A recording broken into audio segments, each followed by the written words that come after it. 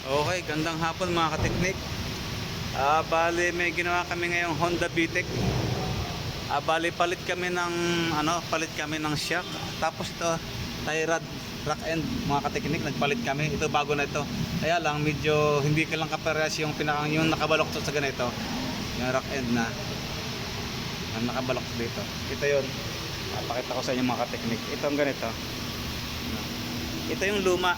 Ito yung luma, pero yung bagong napapalit, diretso nakatuwid siyang ganun. Tapos mahaba siya.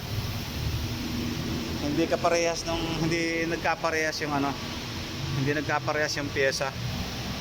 Tapos yung pinakang shock mounting din, medyo hindi rin nagkaparehas. Ingay.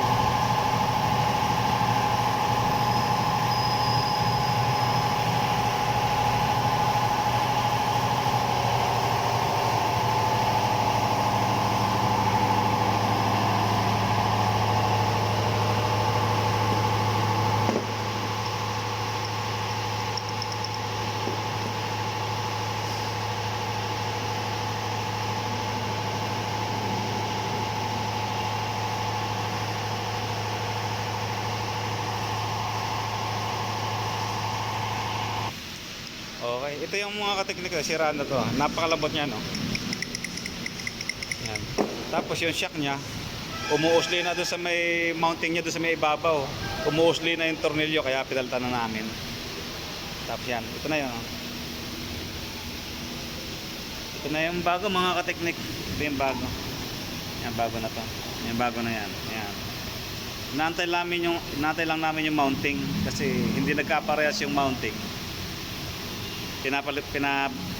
Sinauli namin, pinapalitan namin ng bago.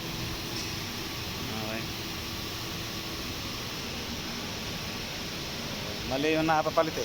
Ganito yung napapunta sa amin eh. Mali ito, hindi kaparehas mga kateknik. Dapat kaparehas nito mga kateknik oh. Kasama na to. Yan oh. Kasama na to. Dapat ganon. Hindi yung ganito.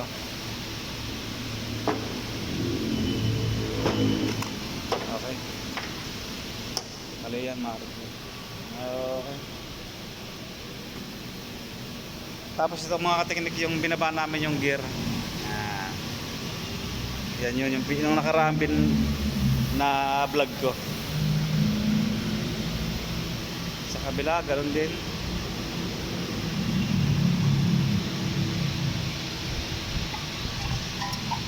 Yan.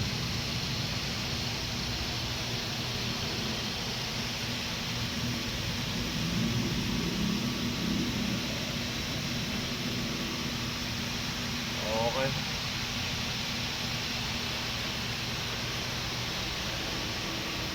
Antay lang mga kateknik. Pinapalitan namin.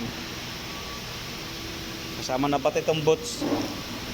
Palitan na rin naman ang boots kasi durog na yung boots niya eh. Wala na yung boots niya. Okay.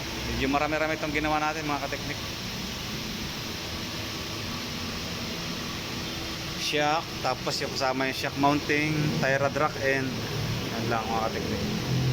Kasi nung nakaraan to, ako rin ang nag-diagnose nito nung nakaraan eh. Pini-MS ko to. Bali ito nga yung huli lang na nagisira na nireklamo ng may-ari na nalagotok.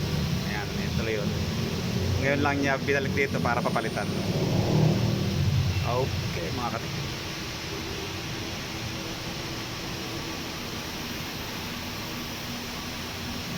Si boss may ginagawa yata ro sa labas.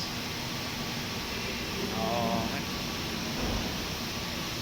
Wala na talaga to. Lantutay na talaga. Napakalambot na.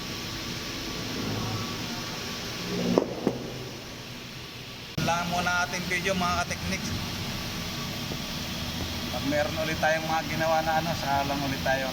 Medyo madalang ako makapag-video mga kateknik. Mahirap. Kasi habang gumagawa ako, hindi ako pwede mag-video-video. Baka mapagalitan ako. Kaya simple lang ang pagbibideo kapag kayong walang masyadong customer. Kaya pag may mga customer, hindi ako makapag-video mga kateknik. Hindi ko rin may pakita yung mga ginagawa ko. Kailangan talaga, pagka ipapakita ko yung mga ginagawa ko, kailangan talaga meron may nagbibideo. Kasi pagka ako pa rin magbibideo sa sarili ko, tapos ano ko, matatagalan ako eh. Hindi pwede matagalan dito mga teknik, hindi pwede nga parang naglalaro lang ako. Kailangan hindi tayo papalto sa trabaho dito. Mahirap yung ganun eh. Okay, hanggang dito na lang mga katikrik. See you next video.